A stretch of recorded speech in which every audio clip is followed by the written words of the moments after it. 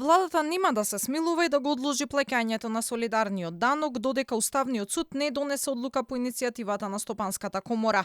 Откако судот се изјасни дека во моментов не можат да донесат времена мерка, по барањето на бизнисот дека рокот е прекраток, од Илинденска не отстапуваат од нивниот став.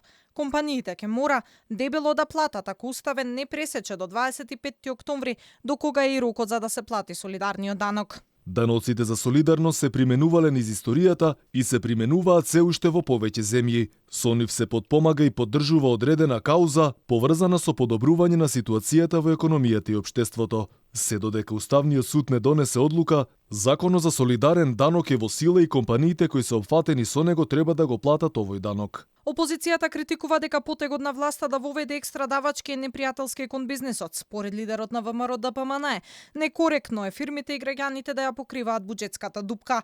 Христијан Мицковски денеска од Гевгелија, каде е на средба со тамошни стопанственици и представници на локалната власт, реагира дека е недозволиво власта да ги казнува наместо да ги поддржи домашните компании.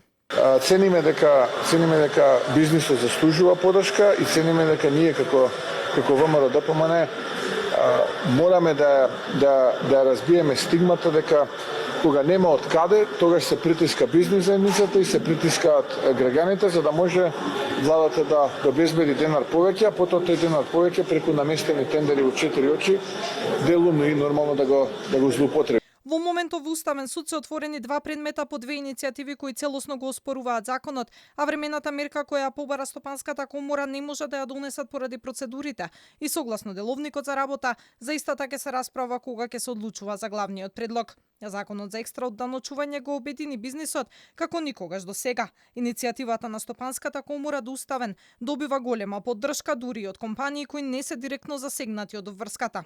Инаку законот се врати повтор пат во собрание под параванот на европско знаменце во состав на даночната реформа и власта го помина покрај сите негодувања од компаниите, но и критиките од експертската фела и опозицијата. Од солидарниот данок планирано е да се соберат околу 76 милиони евра од компаниите кои лани оствариле добивка над 10 милиони евра.